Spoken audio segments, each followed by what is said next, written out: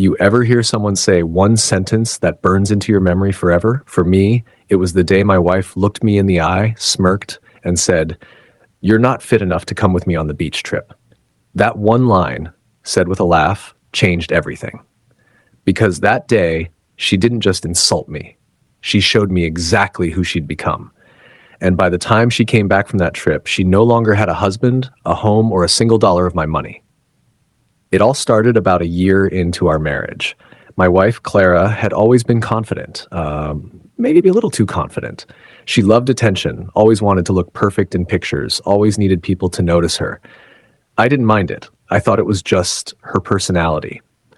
I worked long hours, and she said she appreciated that I supported her freedom. I thought we were a team. Turns out she saw it differently. One day, out of nowhere, she started talking about this girls' beach trip. Said she needed a break, a week of fun and sun. I told her, "Sounds great. Maybe I'll come along. I could use some rest too." She laughed. Not the nice kind of laugh, the cruel one. "Babe," she said, "you? On a beach? You just slow us down. Maybe if you worked out more." I froze. I'd put on some weight, sure, working overtime trying to pay off her car and our house. But to be told I wasn't fit enough to stand next to her, that stung deep. She kept going too. "Don't take it personally, okay? It's just, you wouldn't fit in with the vibe." I smiled. I didn't argue. I just said, "You're right. Go have your trip. I'll stay home." And that was the moment my plan began forming. For the next week, I played the role of the calm, understanding husband. I helped her pack, drove her to the airport, and even slipped some extra cash into her purse for emergencies. She kissed me on the cheek and said, "You're the best husband ever." If only she knew what was waiting for her return. The morning after she left, I started moving. I called the bank. Every credit card, every shared account, frozen. I had her cards linked to mine, so one click and poof, gone. Then I called a locksmith. The locks on the house changed.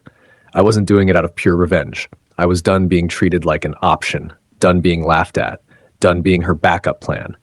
A few days later, she started posting photos. Her and her friends on the beach, fancy drinks, new swimsuits. In every photo, she looked like she was having the time of her life, except one detail caught my eye. A guy. The same guy in multiple pictures, standing way too close.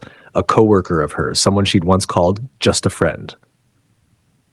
That's when I knew for sure she didn't just go to the beach to relax. She went to escape her life with me. But I didn't text her, didn't call. I stayed quiet. On the 5th day of her trip, I got a call. Unknown number. I picked up. "Evan, my card's not working. Did something happen with the bank?" I said calmly, "Oh, you mean the card you said was linked to a man who wasn't fit enough to join you? That one?" There was silence. Then, "Evan, this isn't funny. I can't pay for the hotel." I smiled and said, "Maybe ask that coworker to cover it. I'm sure he's fit enough to help." She started yelling. Then the call dropped. I turned off my phone and slept like a baby. When she came home 3 days later, dragging her luggage up the porch, she froze at the door. Her key didn't work. She banged on the door, shouting, "Evan, open up!" I opened the window and said calmly, "Hey, Clara, welcome home." "Oh, wait, it's not your home anymore." Her face went pale. "What did you do?" "I made sure my house, my money, and my peace are protected," I said. "You told me I wasn't good enough to stand next to you, so now you can stand alone." She begged. She cried. She tried to guilt me, saying she just needed space and that I overreacted. But I was done being her backup plan. Within a week, the divorce papers were ready. I didn't yell, didn't insult her, just handed them to her and said, "You wanted a better life? Go find it." 2 months later, I heard she moved in with that coworker. It didn't last. He left her once he realized she was broke and entitled. As for me, I started working on myself. Joined a gym, lost weight, took a solo trip to the beach, the same one she said I wasn't fit enough for. Standing there at sunset, I laughed to myself because I realized the problem was never that I wasn't enough. The problem was she never appreciated what she had. And when you stop being someone's option, you start being your own priority. If you liked the video, please subscribe and turn on notifications.